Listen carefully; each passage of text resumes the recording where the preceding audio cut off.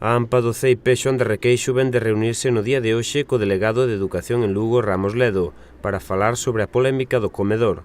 Como hai novidades en canto a este tema e hai que tomar decisións, convócase a todos os pais e nais do colexio a unha reunión mañá ás 8 da tarde.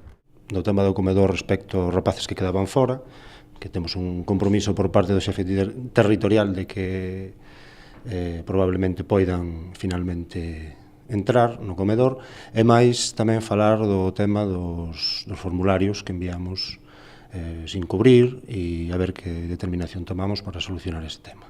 Entón é moi importante que veñan cantos máis pais millor. Está visto que só a presión dos pais serve para que conseguir cousas que son de xustiza, non? Lembren os pais deste centro, mañá ás 8 da tarde, reunión urxente.